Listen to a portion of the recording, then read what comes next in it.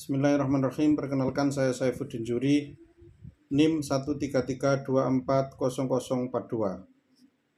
mahasiswa DIH 48. Perkenalkan, saya akan menyampaikan sebuah gagasan disertasi sebagai berikut, yaitu pengaturan pertanggungjawaban klinik atas kerugian pasien dalam pelayanan kesehatan berdasarkan keadilan. Latar belakang: kesehatan merupakan hak konstitusional yang terdiri dari aspek filosofis, aspek yuridis, dan aspek sosiologis. Rumusan masalah: urgensi rekonstruksi pengaturan pertanggungjawaban klinik atas kerugian pasien dalam pelayanan kesehatan. Yang kedua, konsep rekonstruksi pengaturan pertanggungjawaban klinik atas kerugian pasien dalam pelayanan kesehatan berdasarkan keadilan. Teori dan konsep. Teori: ada teori keadilan hukum, teori kemanfaatan hukum, teori kepastian hukum, teori pertanggungjawaban, teori kewenangan, dan teori perlindungan hukum. Adapun konsepnya itu klinik, kerugian dalam pelayanan kesehatan pasien, sumber daya manusia, dan rekonstruksi.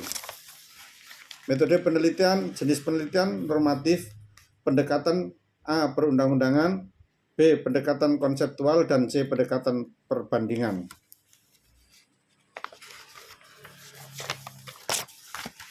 Bahan hukum yaitu Undang-Undang Dasar Negara Republik Indonesia tahun 1945, Undang-Undang Nomor 1 tahun 2023, Undang-Undang Nomor 17 tahun 2023 tentang kesehatan, Peraturan Pemerintah Nomor 28 tahun 2024, Peraturan Menteri Kesehatan Nomor 17 tahun 2024 tentang perubahan kedua atas Peraturan Menteri Kesehatan Nomor 14 tahun 2021, Peraturan Menteri Kesehatan Nomor 34 tahun 2022 tentang akreditasi pusat kesehatan masyarakat klinik laboratorium kesehatan, Peraturan Menteri Kesehatan Nomor 9 tahun 2024 tentang klinik. Urgensi rekonstruksi pengaturan pertanggungjawaban klinik atas kerugian pasien dalam pelayanan kesehatan. Mengapa urgensi direkonstruksi? Yaitu adanya pergeseran paradigma dalam hubungan dokter-pasien, perjanjian terapeutik dari paternalistik ke partnership. Hal ini juga berdampak pada hubungan dokter dengan pasienkes. Yang kedua, informed consent sebagai dasar pelayanan kesehatan yang bersifat inspanning verbentens. Yang ketiga, karakteristik kerugian, malpraktek, resiko medis, atau maladministrasi. Standar pelayanan klinik di klinis. Yang pertama, standar kompetensi tenaga medis dan kesehatan. Yang kedua, standar fasilitas dan peralatan medis. Yang ketiga, standar prosedur operasional. Yang keempat, standar pelayanan medik dasar dan spesialistik. Yang kelima, standar rekam medis. Yang keenam, standar keselamatan pasien. Yang ketujuh, standar mutu dan evaluasi pelayanan. Kerugian yang diganti hanya jika dapat dibuktikan adanya kelalaian. Parameter kelalaian: jika bekerja tidak sesuai dengan standar pelayanan, standar disiplin profesi, dan standar prosedur operasional.